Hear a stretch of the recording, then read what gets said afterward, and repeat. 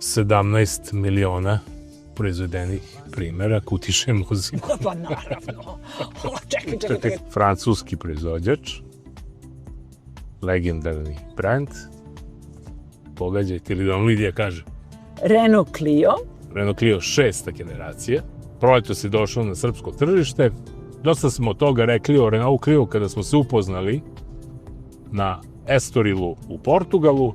Pre nego što kažemo šta nas je iznenadilo u ovom autu, hajde da rešimo jednu zagonetku.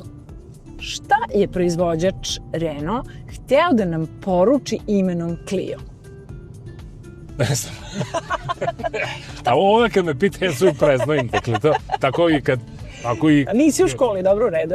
Jesi usisao, ja se preznojim. Jesi oprosudao, ja se preznojim. Jesi skuo, ja se preznojim. Jel ima neko maramice da mi da svoj Jesi naplatio reklamu, ja se duplo preznojim i pobegnem od kuće. Ljudi, verujte mi, dakle, sponzori, molim vas, imajte razumevanja. Početkom 90. godina Renault je odlučio da obnovi peticu.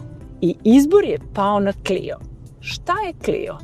Jedna od 9 muza grčke mitologije, ćerka boga Zevsa i Mnemosine, i ona je bila muza istorije. Zašto je to nama važno? Opet se znojim, ne znam ljudi. Što? Pa nema veze. Ako je Renault za 35 godina prodao 17 miliona primjeraka i 2 puta bio evropski auto godine, onda je jasno da je muza odradila svoje. Nama muza Clio donosi nešto nesvakidašnje i zaista se pokazala kao prava inspiracija. Mi smo na putu za Izolu, a u Izoli nas čeka nešto sasvim specijalno.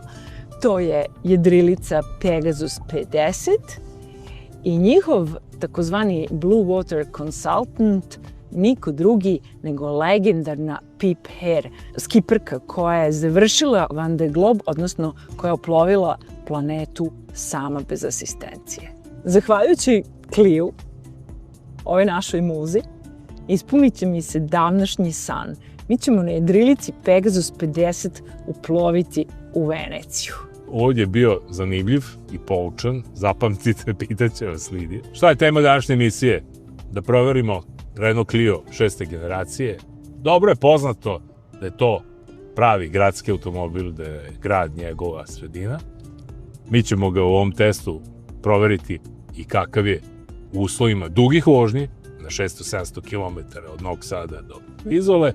Ono što na početku treba reći da smo odabrali standardni model Renault Clio sa 1,2 litarskim motorom od 115 konjskih snaga, koji ima nekih 190 Nm obratnog momenta, upravo zato da bi pokušali da budemo što običniji, da ne idemo na hibrid, da ne idemo na skupe tehnologije, a mi da se posvetimo običnoj, normalnoj benzinskoj tehnologiji. Evo, posle nekoliko stotina kilometara, ovaj motor je zapravo za mene najveće iznenađenje u najpozitivnijem smislu. Živahan. Ovo je jedan odličan primer onog što Evropska unija radi downsizinga, ali vidi kako je to dobro. Da, 3 cilindra, turbo, jednostavno, bez obzira što su 3 cilindra, što je relativno, ajde kažem, srednja kubikaža za ovu snagu, on jednostavno nema onu čuvenu turbo rupu, izuzetno dobro od tih nekih 1500-1700 obrtaja, razvija snagu. Praktično ne osjeća se da je ovo jedan mali i lagan motor, a upravo to što je mali i lagan motor donelo mu je mnogo više prednosti nego da imamo četvorocilindarski motor, pre svega zbog njegove težine.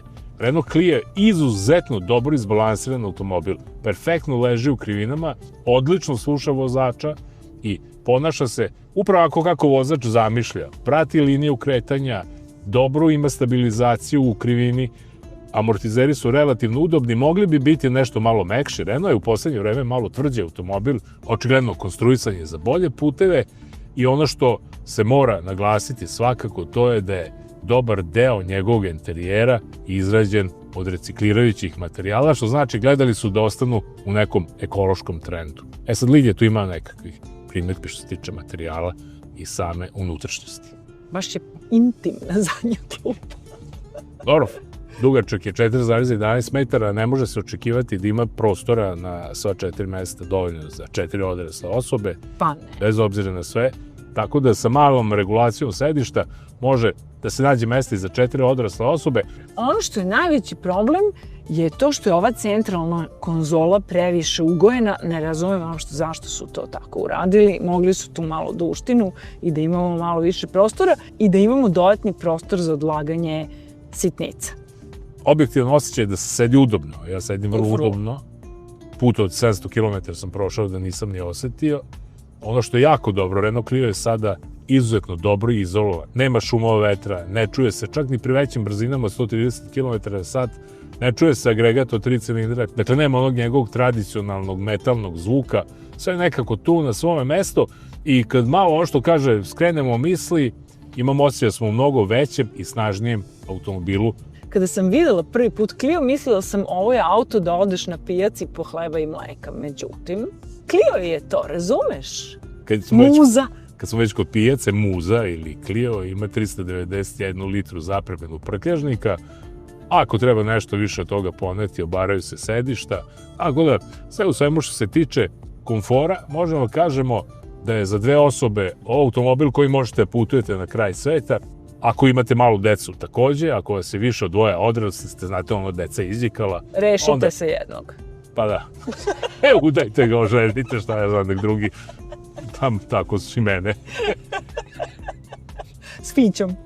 Da, Evo ti, Fića i... Fića i oženi se, zdravo.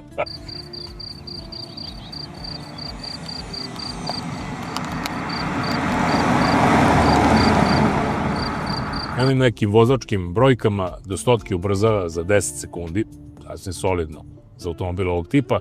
Maksimalna brzina mu je kako koji i kako gde definišu između 180 i 190 km/h, a ono što se meni posebno dopada, to je da mu je potrošnja na našem testu, da ga stvarno nismo žalili. Ovako vozili smo ga kako ograničenja dozvoljavaju, 130 na autoputu, na magistralnih putevima 80 ili 90.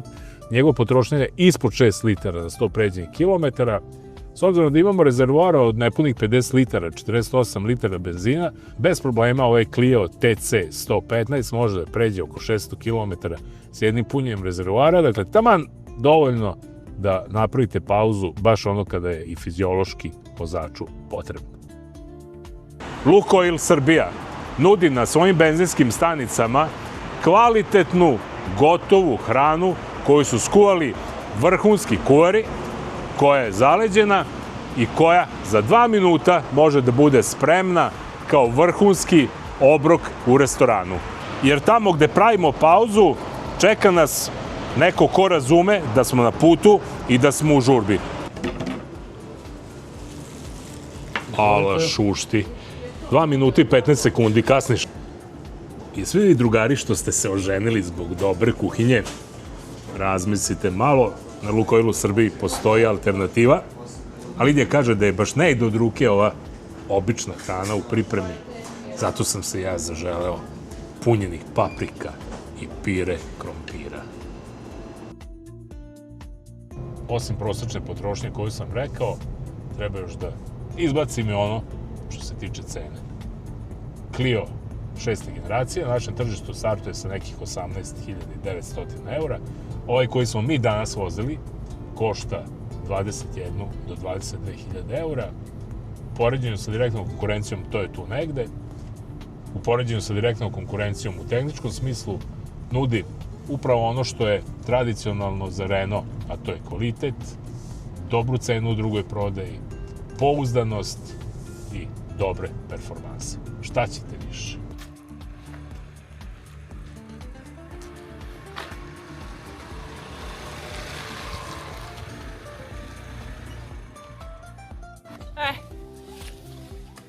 Ja sam sada stigla i završila. Što se mene tiče, automobili, čao, idemo na ono zašto smo došli. Lidija, pre nego što se ukrcamo i otisnemo ovim Pegasusom 50, čekaj, moraš završiti automobil. Onda kad vidi brod, to je čudo jedno. Par utisaka o Renault Clio 6. generacije. Obzirom da sam se dobar deo puta vozila na zadnjem sedištu, moram da kažem da je Clio koncepcijski mali gradski auto, ali sasvim okej na autoputu. Lepo smo se vozili, iako smo bili u Clio sa baznom verzijom motora, snage mu ne manjka čak i za ozbiljniji put, a ono što sam ja primetio kao vozač, da sam imao dovoljno mesta, da je sve bilo komforno, infotainment odlično radio, navigacija takođe. A ono što nam se najviše dopalo je zapravo potrošnja. Mali auto, mala potrošnja, skromni troškovi. Iako nije hibrid, za nekih 700 km potrošili smo ispod 40 litara benzina, što je zaista u ovoj energetskoj krizi prava stvar. Clio dolazi, Clio stiže na tržište kao favorit. Po nama mislim da su ta očekivanja sasvim opravdana.